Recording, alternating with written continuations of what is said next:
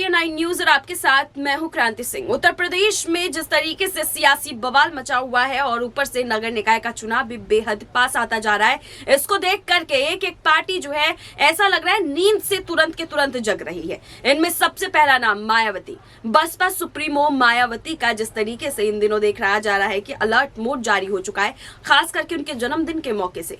आपको बता दें कि जन्मदिन उनका कल था। जन्मदिन के बाद वो एकदम से ही इतनी अलर्ट नजर आई और इतनी ज्यादा जागरूक नजर आई, जिसको देख करके जो है यहाँ पर विपक्ष दंग हो गया। चाहे वो सीएम योगी हो, चाहे प्रधानमंत्री नरेंद्र मोदी का खेमा हो, या फिर यूं कह लीजिए कि समाजवादी पार्टी का खेमा हो। सीधे तौर पर मायावती ने ये तो जाहिर कर दिया है कि भले ही आने वाले समय में जो है उनको वोट प्रतिशत कम मिले, भले ही वो किसी पार्टी की तरफ से जो है वो आगे आने की कोशिश करे, लेकिन यहाँ पर अपने विपक्षी दलों का साथ वो कभी नहीं देगी। उसमें चाहे बीजेपी हो, चाहे समाजवादी पार्टी हो।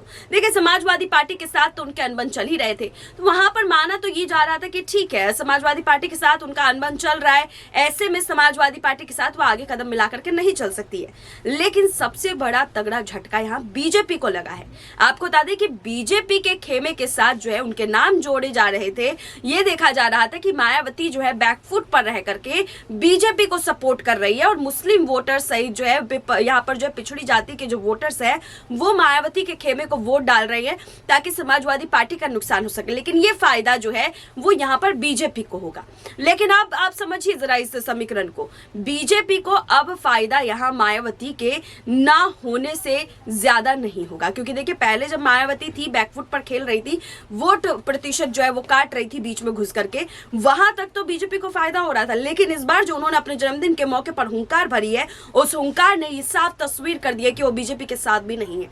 सीधे तौर पर उन्होंने कह दिया कि बीजेपी के साथ भी वो नहीं खड़ी हैं, वो अपने एकला दम पर जो है चुनाव लड़ेंगी, चाहे लोकसभा का चुनाव हो, चाहे विधानसभा का चुनाव हो। वो किसी को भी अपना वोट शेयर नहीं देंगी, किसी के साथ गठबंधन नहीं करेंगी, वो अपने अकेले दम पर चुनाव लड़ेंगी। देखना बेहद दिलचस्प होगा कि आखिरकार आने वाले समय में मायावती जिस रुख के साथ जो है यहाँ पर जागरूक हुई है, जैसे उन्होंने बोलना शुरू कर दिया है, क्या आने वाले समय में वो इसी तरीके की बातें करती हुई नजर आएंगी? क्या ऐसा ही खेला करती हुई नजर आएंगी, या फिर ये सिर्फ और सिर्फ एक तस्वीर है जिसके बाद एक अलग खेमा शुरू होने वाला है? फिलहाल आज के इस खास रिपोर्ट में बस इतना ही। देश दुनिया की तमाम बड़ी खबरों के लिए देखते रहिए SPN9 न्यूज।